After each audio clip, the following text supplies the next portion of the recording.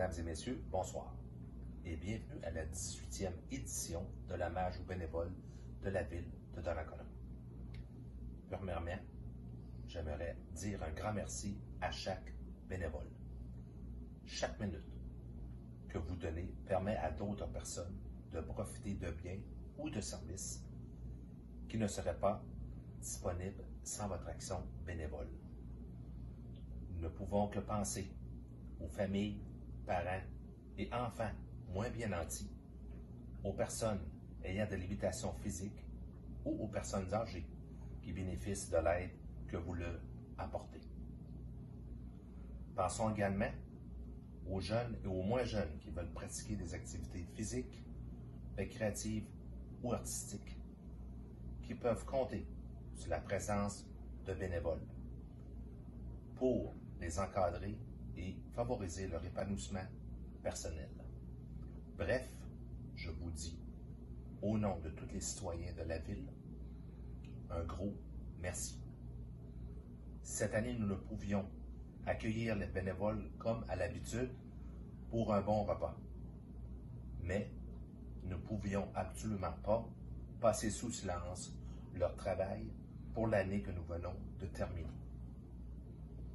Voici donc un hommage aux bénévoles un peu différent, mais que j'espère répondra à vos attentes.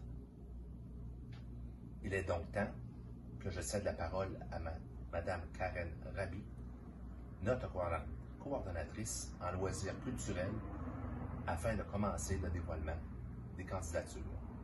Bonne soirée.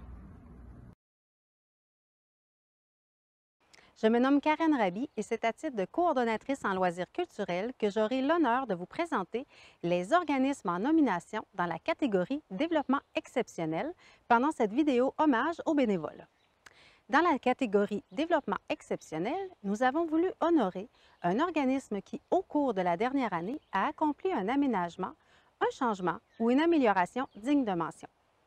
Voici donc les nominations. En première nomination, le HALO, ayant comme présidente Danielle L. Trépanier.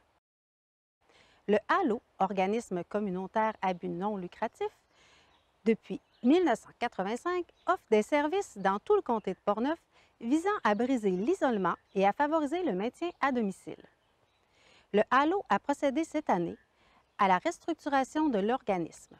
Cela a permis de recruter de nouveaux membres au conseil d'administration et a procédé à l'embauche d'une nouvelle directrice et d'une coordonnatrice. Ces changements ont eu un impact positif sur les services offerts. L'organisme compte désormais 124 bénévoles et a offert durant la dernière année au-delà de 30 000 heures de bénévolat. En deuxième nomination, le relais de la Pointe aux Écureuils, ayant comme président Jean-Yves Matt. Le relais de la Pointe aux Écureuils, organisme fondé en 2014, a comme mission de sauvegarder le bâtiment patrimonial et d'en faire un lieu de rassemblement unique afin que les citoyens puissent profiter de ce magnifique lieu. Cet organisme, avec l'aide de nombreux bénévoles, a procédé durant la dernière année à l'aménagement du musée Gérard-Denis qui rayonne maintenant dans le Jubé.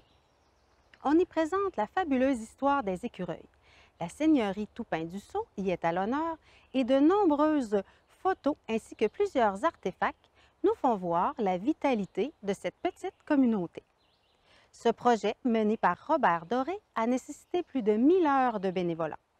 Depuis son ouverture, 1500 personnes ont mis les pieds dans ce lieu patrimonial.